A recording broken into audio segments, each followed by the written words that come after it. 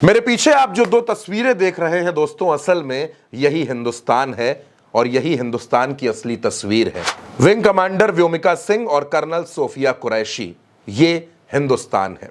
भारत की ये दोनों बेटियां ये बताती हैं कि देश को भले ही हिंदू और मुस्लिम के खांचों में बांटने की कोशिश की जाए, देश को भले ही नफरत के सांचे में ढालने की कोशिश की जाए, लेकिन हिंदुस्तान ना तो नफरत में कभी भी जाता है ना नफरत में डूबता है। मैं कर्नल सोफिया कुरैशी और मेरे साथ विंग कमांडर व्योमिका सिंह आज आपको 6 से 7 मई 2025 की रात 1:05 से 1:30 बजे के बीच भारतीय सशस्त्र बलों द्वारा अंजाम दिए गए ऑपरेशन सिंदूर के बारे में जानकारी देंगे।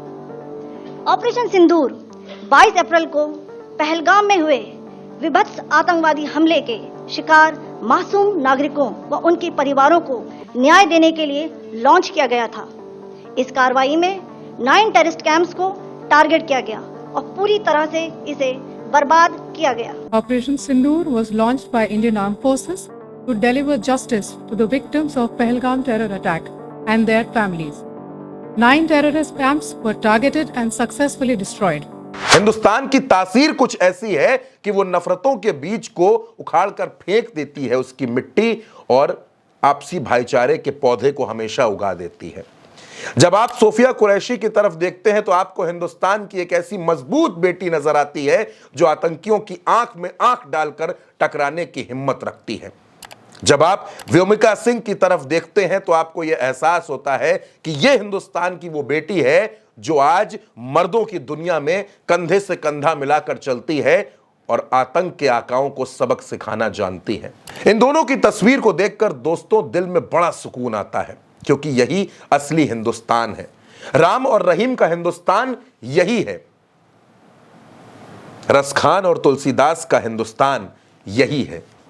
ये वो हिंदुस्तान है जो बताता है कि हमारे लिए मंदिर, मस्जिद, काबा, गुरुद्वारे, चर्च सब एक समान है, सबका सम्मान है। सोशल मीडिया पर बैठी हुई ट्रोल आर्मी, सोशल मीडिया पर बैठे हुए वो लोग जो नफरत की आंच में अपनी दुकान चलाना चाहते हैं, उनके लिए यह तस्वीर आईना है। सोफिया भी इस देश की बेटी हैं और व्योमिका भी इसी देश की बेटी हैं। हिंदुस्तान का सीना तब और चौड़ा हो जाता है जब वो अपने देश के सांसद असदुद्दीन ओवैसी की इस बात को सुनता है। पाकिस्तान मुर्दाबाद, पाकिस्तान मुर्दाबाद, भारत जिंदाबाद, भारत जिंदाबाद। हिंदुस्तान का सीना दोस्तों तब और फक्र से ऊंचा हो जाता है जब वो देखता है कि देश की सियासत के तमाम चेहरे, वो भले ही राजनीतिक तौर पर उनके बीच में सहमति हो, असहमति हो, मुद्दों की लड़ाई हो, चुनाव जीतने की जंग हो, लेकिन जब पूरा विपक्ष और पूरा सत्ता पक्ष एक साथ आता है, एक सुर में आतंक के खिलाफ खड़ा होता है, दुश्मन के खिलाफ खड़ा होता है, तब हिंदुस्तान का माथा और ऊंचा हो जाता है। भारत माता को अपने बेटों पर और नाज होने लगता है। उसको यह लगता है कि उसके बेटे आज पूरी तरीके से एक हैं, क्योंकि जंग दुश्मन से है। हम अपने देश के तमाम मुद्दों पर बात कर लेंगे दोस्तों। हम महंगाई पर बात कर लेंगे, हम बेरोजगारी पर बात कर लेंगे, हम सड़क की समस्या पर बात कर लेंगे, हम बिजली की समस्या पर बात कर लेंगे। ये सब हमारे घर की बातें हैं, ये आंगन के अंदर की बातें हैं, ये चौखट के बाहर नहीं जाएंगी। लेकिन अगर कोई चौखट पर आकर वार करने की कोशिश करेगा तो देश के अलग अलग कमरों में रहने वाले लोग भी एकजुट होकर बाहर आएंगे और उसको चौखट से खदेड़ने का काम करेंगे, सबक सिखाने का काम करेंगे।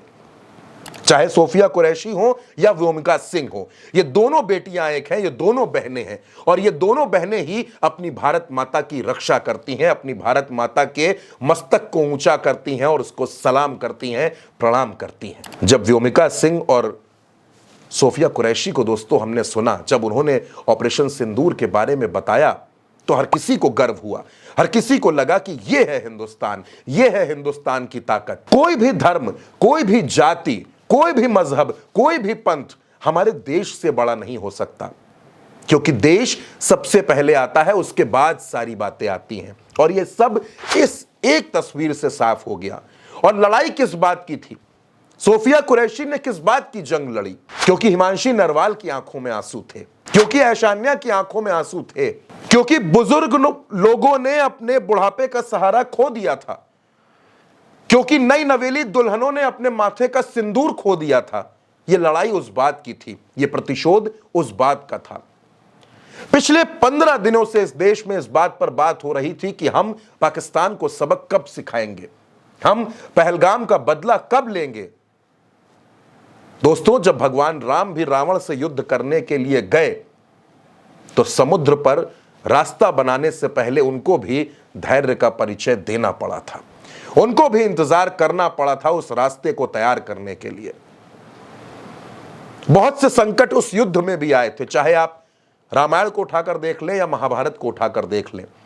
उस महाभारत से लेकर आज के भारत में जब यह जंग सामने आकर खड़ी हुई, जब यह मुश्किल सामने आकर खड़ी हुई, हमको अपने दुश्मन से निपटना था, हमको अपने दुश्मन को यह एहसास कराना था कि वो हिंदुस्तान के सामने चींटी बराबर भी नहीं है। तो समय तो लगेगा दोस्तों, और वो समय लगा। और भारत की 2 बेटियों ने, भारत की आधी आबादी ने पूरी दुनिया को यह बता दिया कि ये हिंदुस्तान है। इस हिंदुस्तान को तोड़ने की कोशिश, इस हिंदुस्तान को तोड़ने की साजिश चाहे पूरी दुनिया में होती रहे, चाहे पाकिस्तान झूठ पर झूठ फैलाता रहे, चाहे पाकिस्तान में सोशल मीडिया पर बैठे हुए कुछ लोग भारत को बदनाम करने की कोशिश करते रहे, झूठ फैला फैला कर यह बताते रहे कि भारत ने कुछ नहीं किया, लेकिन सच्चाई पूरी दुनिया जानती है। और सच्चाई वो है जो भारत की 2 बेटियों ने बताई, सोफिया और व्योमिका सिंह ने बताई।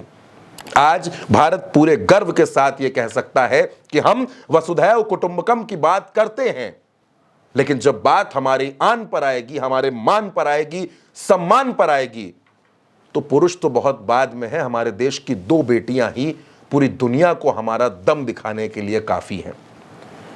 हिंदुस्तान की ये जो तस्वीर है, जिसमें एक तरफ व्योमिका सिंह और एक तरफ सोफिया कुरैशी हैं, ये तस्वीर वाकई दोस्तों बहुत सुखद है। इस तस्वीर पर और इस पूरी खबर पर आपकी जो भी राय हो, अपनी राय कमेंट बॉक्स में साझा कीजिएगा। उल्टा चश्मा यूसी का साथ दीजिएगा, सब्सक्राइब कीजिएगा। और आखिर में एक अपील कि किसी भी अफवाह के चक्कर में मत पड़िएगा, किसी भी अफवाह पर विश्वास मत कीजिएगा। सच जो है वो सच हमेशा रहेगा। हिंदुस्तान हमेशा ताकतवर रहा है, हमेशा ताकतवर रहेगा, और दुश्मन को, उसके नापाक इरादों को ऐसे ही नेस्तनाबूद करता रहेगा। नमस्कार।